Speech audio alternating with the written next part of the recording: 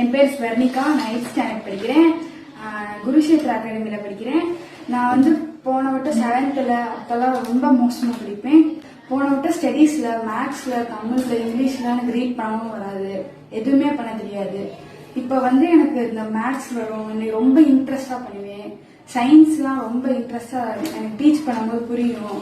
எங்க கிளாஸ் டீச்சரே ஒரு நாள் சொல்லியிருக்காங்க, நீ வந்து நல்லா தான் படிக்கிற, இன்னும் கொஞ்சம் இம்ப்ரூவ் அப்படின்னு சொல்லியிருக்காங்க. அப்புறம் வந்து இந்த வட்டம் வந்து நான் வந்து மேக்ஸ்ல வந்து ரெண்டு வாட்டி 20-20 வாங்கியிருக்கேன்.